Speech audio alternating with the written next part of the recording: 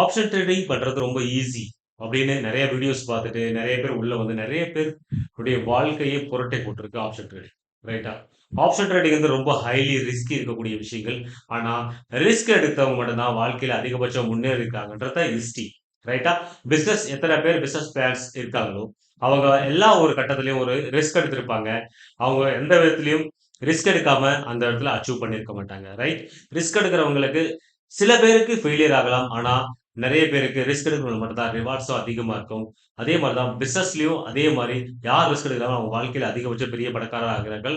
யார் risk எடுக்கலையோ, risk avoid பண்றாங்களோ அவங்க வந்து நீங்க இன்வெஸ்டிங் பக்கம் போயிடுங்க.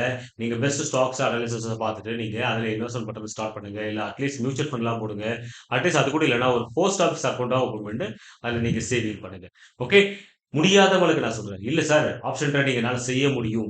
அந்த அதுக்கான பொறுமை இருக்கு. அந்த விதமான கத்துக்கக்கூடிய ஒரு தன்மை இருக்கு அப்படின்றவங்க, நீங்க 50 டூ 60 என்னுடைய இந்த மாசத்தினுடைய ஒய்பல்ஸ் உடைய கிளாஸ் இருக்கு. இன்ட்ரஸ்டட் பீப்பிள் மட்டும் நீங்க ஜாயின் பண்ணிக்கலாம். வாட்ஸ்அப் பண்ணுங்க. டிஸ்கிரிப்ஷன்ல வாட்ஸ்அப் நம்பர் இருக்கு. நீங்க வாட்ஸ்அப் பண்ணிட்டு ஜாயின் பண்ணிக்கலாம். ஓகே. இப்போ மண்டே மார்க்கெட் எப்படி இருக்கும் அப்படின்ற விஷயத்த நம்ம கொண்டு வர போறோம். ஓகே பார்த்துடலாம் வாங்க. Monday மார்க்கெட்னுடைய analysis. நிஃப்டி 50 யோட சார்ட் எடுத்துருக்கேன். டோட்டலா பார்க்கும்போது நிஃப்டி 50 யோட சார்ட். இப்போ நிஃப்டி 50 என்னதான் அப் மூமெண்டம்ல டிராவல் ஆகிறதுக்கு ட்ரை பண்ணியிருந்தாலும் இது ஒரு எம் பேட்டர்ன் பண்ணிருக்கு. ஆனா ஹையர் ஐ மூமெண்ட் இப்பதான் பர்ஃபெக்டா ஒரு லாங்கர் டைம் ஃப்ரேம்ல ஒரு எம் பேட்டர்ன் கிரியேட் பண்ணிருக்கு. ரைட்? ஆனா ரீடெஸ்ட் பண்ணிருக்கு. ரீடெஸ்ட் பண்ணி மார்க்கெட் கொஞ்சம் மேல போற மாதிரி மேல போயிட்டு டவுன்ஃபால் ஆகிறதுக்கான வாய்ப்புகள் தான் ரொம்ப கூடுதல்.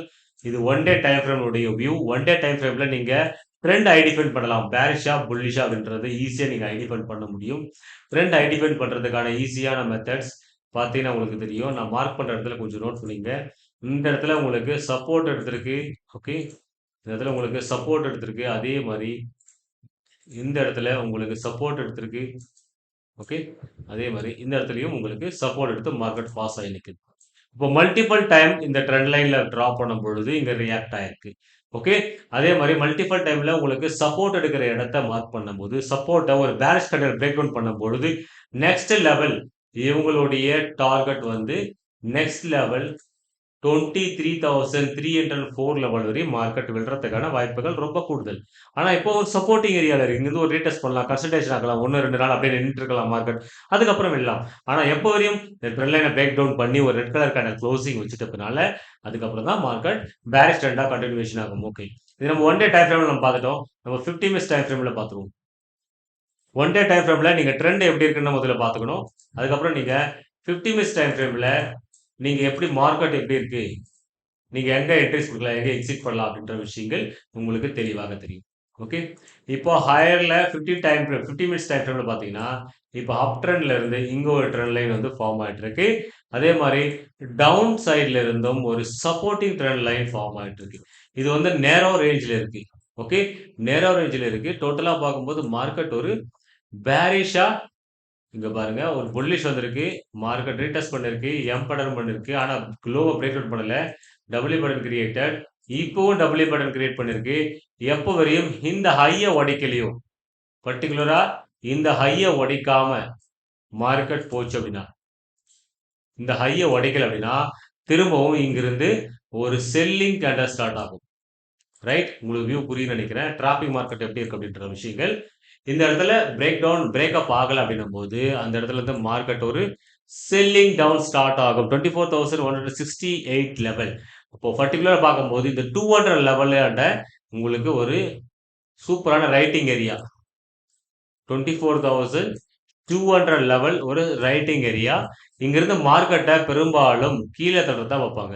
இங்கிருந்து ஒரு கேப் அப் உருவாச்சுன்னா கூட மார்க்கெட் வந்து இந்த லோ லெவல்ல பிரேக் டவுன் பண்றது தான் அதிகபட்சமா பார்ப்பாங்க. ஓகே. இது என்னுடைய நிஃப்டியோட ப்ரெடிக்ஷன். ஓகே. எப்போ வரையும் 24,200 ரேஞ்ச பிரேக் அவுட் பண்ணலையோ அதுக்கப்புறம் உங்களுக்கு கால் செட்டுக்கான வியூ இல்ல. அதுக்கப்புறம் பேரிஷ் ட்ரெண்டா ஆவறதுக்கான வாய்ப்புகள் பொறுத்தவரையும் உங்களுக்கு இந்த லோ லெவல பிரேக் டவுன் பண்ணணும். அப்போ லோ லெவல்னு நம்ம பார்க்கும்போது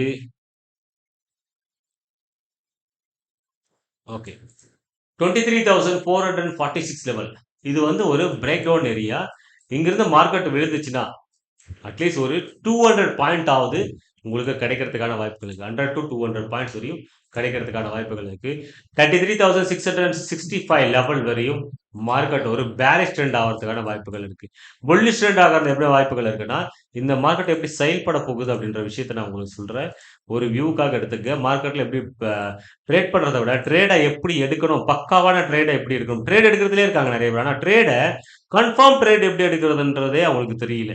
எல்லாமே ட்ரேட் எடுக்கலாமா சார்? ட்ரேட் எடுக்கலாமா சார்? எவ்வளவு அமௌண்ட்ஸ்ல ட்ரேட் பண்ண முடியும்? ட்ரேட் பண்றீங்க. எதுக்காக பண்றீங்க? ஃபர்ஸ்ட் அதுவே தெரியல. ட்ரேட் பண்றதுக்கான ரீசன் இருக்கணும். ட்ரேட் பண்றதுக்கான கான்ஃபிடன்ஸ் லெவல் இருக்கணும். அதுல உங்களுக்கு உங்க ஸ்ட்ராட்டஜி மேல பிலீவ் இருந்தா மட்டும் தான் நீங்க என்ட்ரி ஒரு எக்ஸிட் பண்ண முடியும். இல்லன்னா உங்களால ஃபெயிலியர் மட்டும் தான் சாதிக்க முடியும். அதுல வெற்றி என்பது கண்டிப்பா கிடைக்கும். இந்த ரீடெஸ்டிங் ஏரியால நீங்க என்ட்ரிஸ் கொடுக்கலாம்.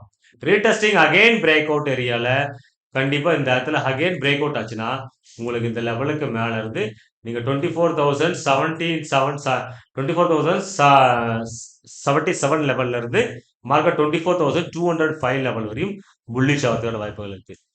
ஓகே, அதே ஸ்ட்ரக்சர் தான் பேரிஷான விஷயங்களை கூட மார்க்கெட் ஒரு கேப் டவுனோ இல்ல ரீடெஸ்ட் பண்ணி இந்த லோ டவுனை பிரேக் டவுன் பண்ணிச்சுன்னா மார்க்கெட் டோட்டலா வரக்கூடிய இடம் 23,655 லெவல் வந்து மார்க்கெட் வர்றதுக்கான சான்சஸ் ரொம்ப அதிகம்.